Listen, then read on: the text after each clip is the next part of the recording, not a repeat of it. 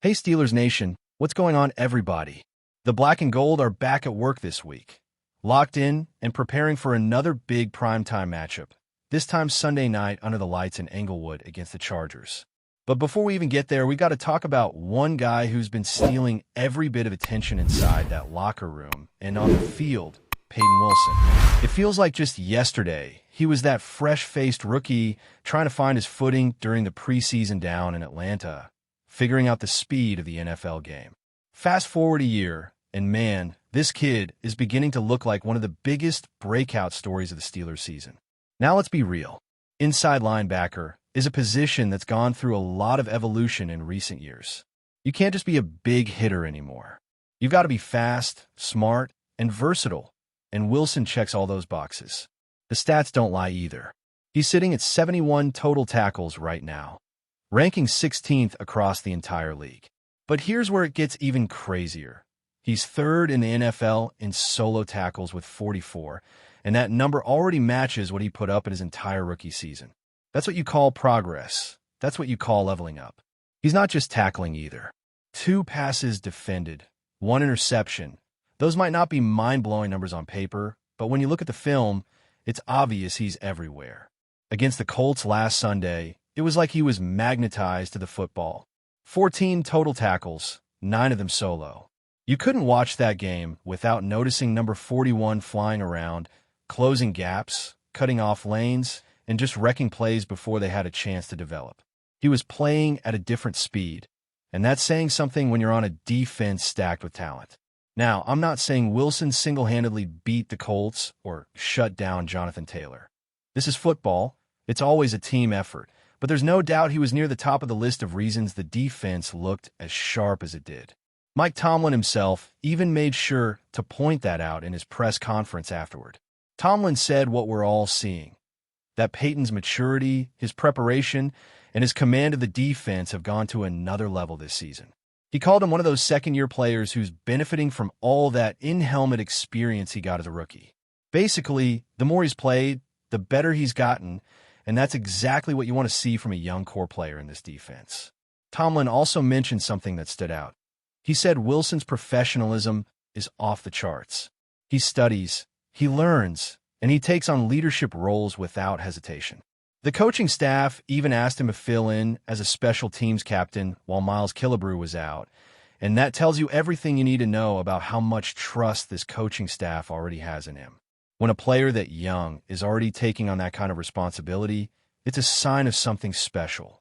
But let's be honest, what really separates Peyton Wilson from a lot of linebackers around the league is his ridiculous speed. And, I mean, it's something you can feel even watching on TV, but when you see it live, it's next level.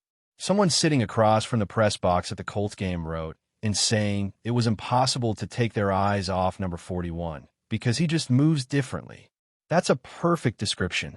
The broadcast cameras can only catch so much, but when you're there in person, you see just how fast he closes in on ball carriers, how quickly he adjusts his pursuit angles, and how little wasted movement there is. It's almost unfair how fast he is. What's really impressive, though, is how self-aware he's been since the beginning. Back when he was still new in the league, during that preseason game in Atlanta, he told me straight up he'd need about 6 weeks to feel like he belonged. And you know what? He was right. 6 weeks later, he was already putting up his first double-digit tackle game, racking up 10 tackles against the Jets, and showing flashes of what we're seeing now. The confidence he had back then wasn't arrogance. It was belief. He said, "I can't stay where I was. I have to elevate." And he's done exactly that. Of course, it hasn't all been perfect. Every young player hits a few bumps in the road, and Wilson's no exception. The roughest stretch probably came during that game in Cincinnati when the whole defense just couldn't get it together. They gave up 33 points, and even though Wilson still managed 6 tackles, it was one of those games where nothing seemed to click. But what separates good players from great ones is how they respond after those games. Since then, he's been on an absolute tear. Against the Packers, even in that tough 35-25 loss, he was one of the few bright spots. 9 tackles, 5 solos, solid in coverage, and just all over the field again. That's what makes his progression so encouraging. He's learning to stack performances, to build week after week. You can see it in the way he communicates with teammates and how he anticipates plays before they happen. It's like the game is starting to slow down for him. And when that happens for a player with his athleticism, that's when you start seeing star potential. And the thing is, he's still so young, just 25 years old. That's barely scratching the surface for a linebacker who's this talented. His best football is still ahead of him. And you get the feeling that we're only seeing the beginning of what he's capable of. He's finally finding that rhythm, that comfort level, and the coaches have clearly figured out the best way to use him. In Dublin during the offseason, he mentioned that the defense was being simplified, fewer reads, more freedom to just attack. And that's exactly the kind of system that brings out the best in him. When you let Wilson just play fast and trust his instincts, he's a nightmare for opposing offenses. Sure, he can drop back into coverage when needed. That's part of the job, but that's not where he's most dangerous. His real impact comes when he's allowed to move downhill, shoot gaps, and fly sideline to sideline with that world-class burst. Every time he hesitates, every time he's asked to sit back and read too much, you can see him itching to go. He wants to hunt. He wants to attack. And over these last 2 games, we've seen what happens when he's unleashed. After the Colts game, there was this moment in the locker room that really summed it all up. Most of the players had already cleared out, and Wilson crossed paths with Mike Tomlin. They made eye contact, shook hands, exchanged a few quiet words, and even from across the room you could see the respect there. You could tell Tomlin knew exactly what he had in this kid, a player who's not just performing well, but who's growing into something bigger. And as Tomlin walked away, he said with that little half-smile, "Yeah, I'll bet he does know." That line stuck with me, because it felt like a passing of belief from coach to player, from leader to rising star. It's moments like that that define a team's future. You can have all the talent in the world, but when your young players start understanding the standard, start owning their development, that's when the Steelers' identity shines through. Peyton Wilson isn't just playing good football right now.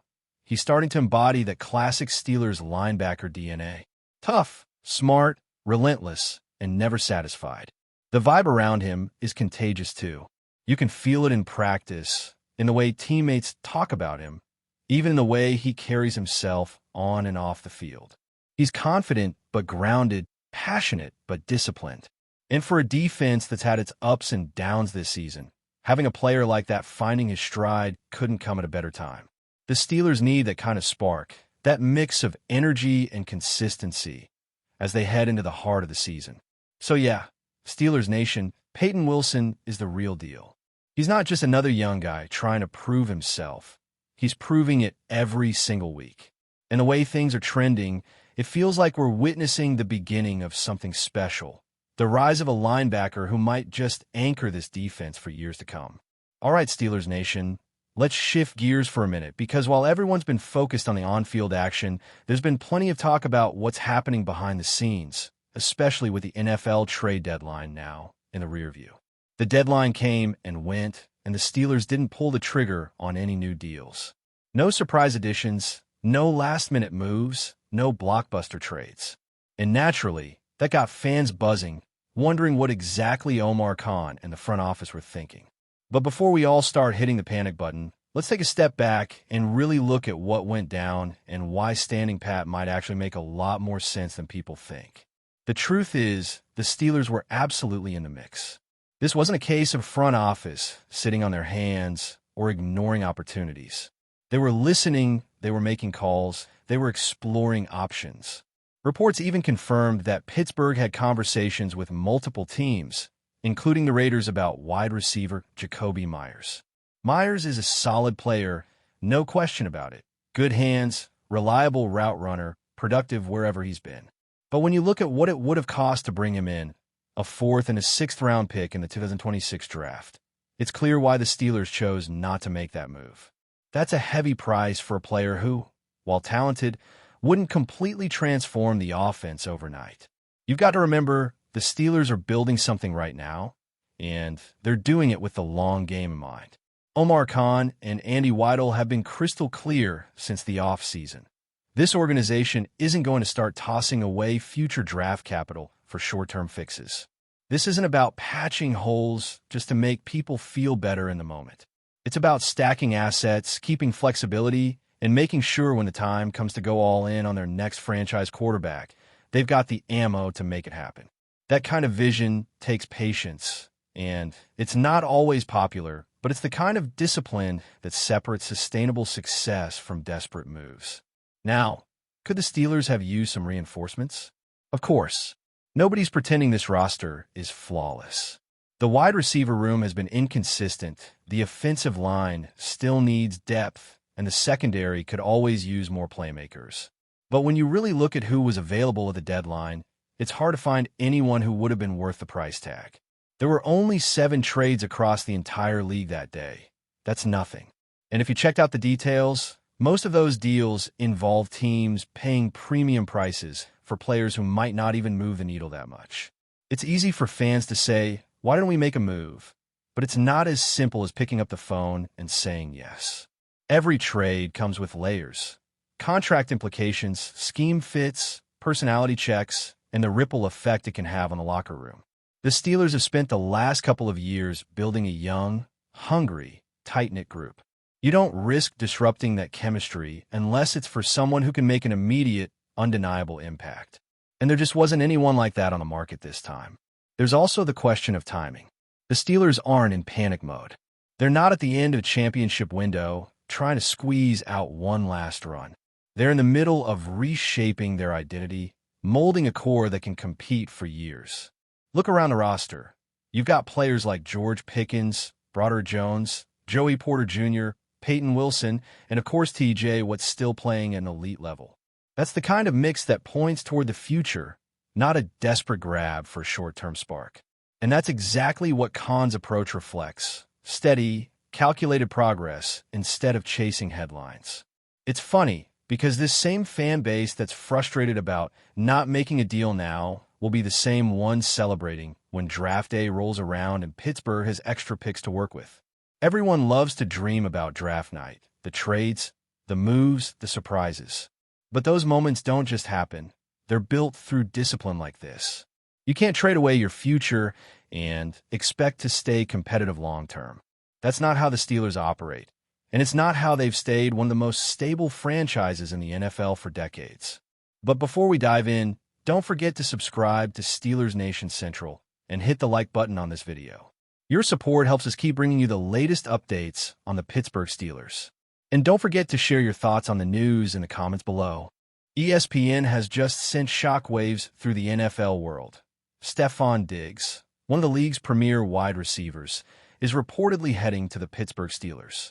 The news, which has ignited a firestorm on social media, comes as a stunning twist in what has been an already unpredictable offseason. Sources close to the situation suggest that Diggs' move to Pittsburgh could redefine the Steelers' offensive identity, giving quarterback Kenny Pickett a weapon capable of transforming the team into a legitimate contender.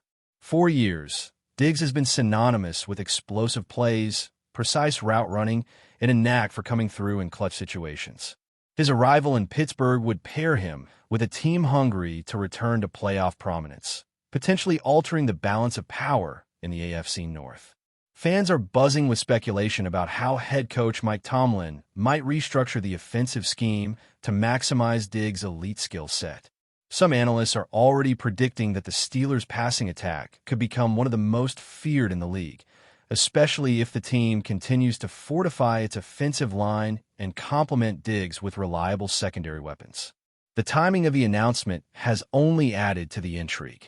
Coming after weeks of intense trade rumors and free agent maneuvering, the confirmation by ESPN has left pundits scrambling to assess the Steelers' new offensive ceiling. Some insiders suggest that Diggs' contract terms were a key factor in sealing the deal, indicating a commitment from the front office to go all in on a high-powered passing game. Meanwhile, fans and fantasy football enthusiasts alike are already envisioning highlight reel catches and record-breaking seasons. Of course, skepticism remains.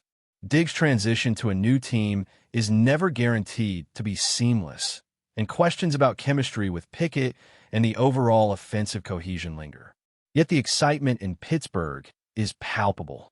Social media is ablaze with hashtags, speculation, and even playful memes imagining Diggs donning the black and gold. If the reports hold true, this could be the most significant offensive acquisition the Steelers have made in years, a move that signals not just ambition, but a potential paradigm shift for a franchise looking to reclaim its glory days. As the rumor mill churns and the league absorbs the news, one thing is certain. The NFL offseason just got infinitely more interesting. Pittsburgh fans are on high alert, ready to witness what could be a defining chapter in the storied history of the Steelers. Now with Stefon Diggs at the center of the spotlight. That's it for this update. If you enjoyed the video and want to keep receiving exclusive news about the Pittsburgh Steelers, make sure to subscribe to Steelers Nation Central and give this video a like. We always look forward to hearing your comments and opinions. See you in the next video.